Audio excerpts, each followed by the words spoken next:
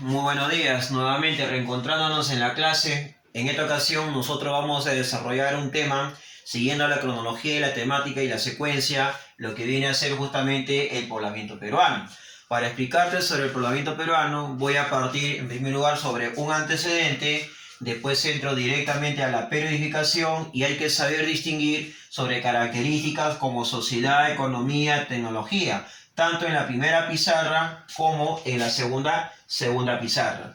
Nosotros, para poder hablar sobre el llamado poblamiento peruano, se maneja cronología de 38.000, 39.000, 40.000. En la cronología no hay que hacernos mucho murmullo, sino vayamos a los hechos, vayamos a los acontecimientos que han llegado a suceder en este contexto.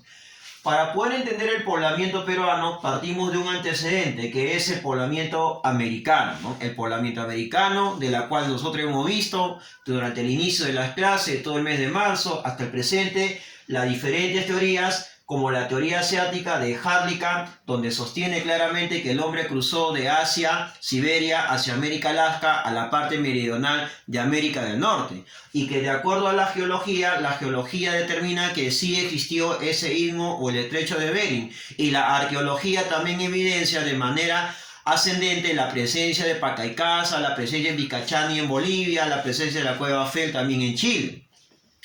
Entonces, de ahí hemos visto la teoría oceánica, donde Rive nos habla básicamente de dos corrientes, la Melanesia, la UAS ante el Brasil, se establece una tribu de raza negra, y la Polinesia, la cual vendría a ser la ruta inmigratoria, donde se detectaron otro tipo de raza como los mapuche y los araucanos.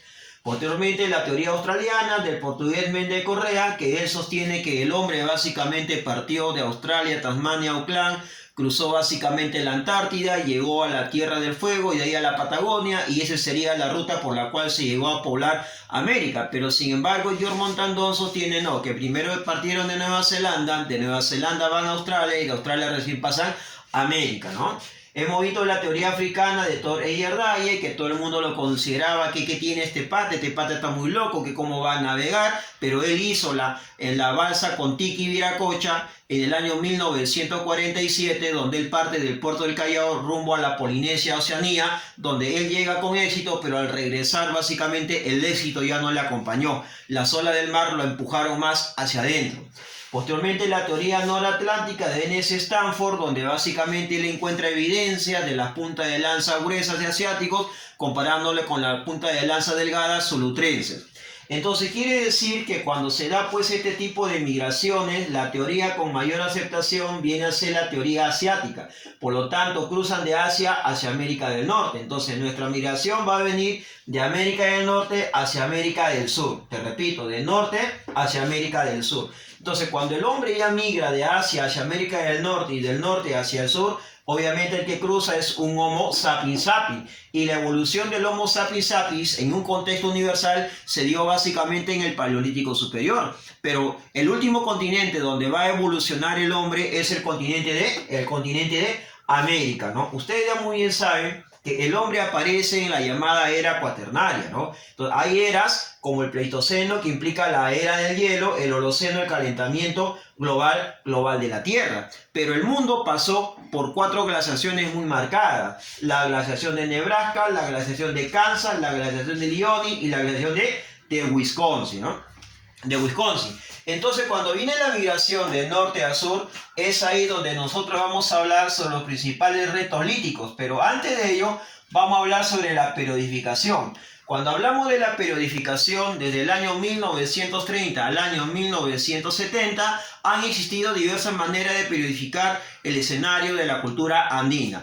Es de esta manera que han habido intereses por ingleses, franceses y norteamericanos de tratar de periodificar los acontecimientos con respecto a la historia del Perú. Tenemos a John Rowe, ¿no? Para John Rowe, él lo periodifica a través de la alfarería. ¿Qué cosa es la alfarería? La alfarería es el arte de hacer cerámica.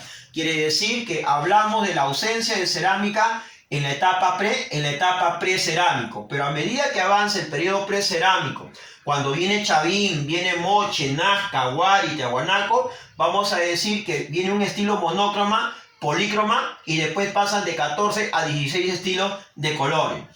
Para Guillermo Lumbreras, que es un arqueólogo ayacuchano y creador de la Facultad de Ciencias Sociales, para Guillermo Lumbreras, él lo va a llamar desarrollo de economía social y él va a partir sobre el periodo arcaico lítico. Entonces, ¿cuál es la diferencia? La diferencia es que John Rawls lo va a llamar primer horizonte, ¿correcto?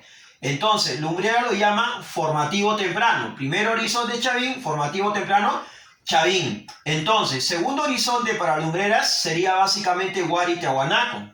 Y tercer horizonte para John Rawls sería básicamente el Tahuantinsuyo. Entonces, para Guillermo Lumbreras, formativo temprano Chavín. Pero también va a haber los llamados procesos de intermedio regional y estados regionales. Entonces, ahí está justamente la periodificación entre lo que es John Rawls y Guillermo Lumbreras. Al final, si nosotros vemos a John Rawls y a Guillermo Lumbreras, es una cuestión de contexto, es una cuestión de visión de cómo tú lo veas. Como te repito, han existido diversas maneras de cómo periodificar la escena cronológica del Perú. Porque, por ejemplo, para John Rawls, el punto de vista de la periodificación universal se da con la invención de la escritura. Entonces, para la periodificación andina, para John Rawls partiría del precerámico, la alfarería, el arte de hacer cerámica. Entonces, dentro de esta periodificación hablamos de los retos líticos. Entonces, ¿cuál fue el estilo de organización de estos hombres que vinieron básicamente de norte a sur? Mira, ve, estaban organizados en bandas o también llamados en horda, lo que quiere decir que había un sentido colectivo, un sentido comunitario al momento de cazar. Posteriormente, la economía era una economía de subsistencia, una economía parasitaria. Era parásito el hombre particularmente.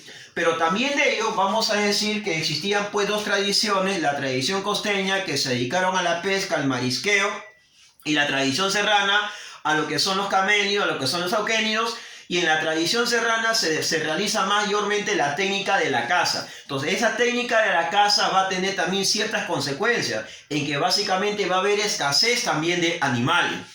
Ahora, ¿cuál era la tecnología punta de lanzas que desarrollaron diversos estilos? Estilo de raspadores, estilo de proyectiles, otros estilos de tipo de punta de bala.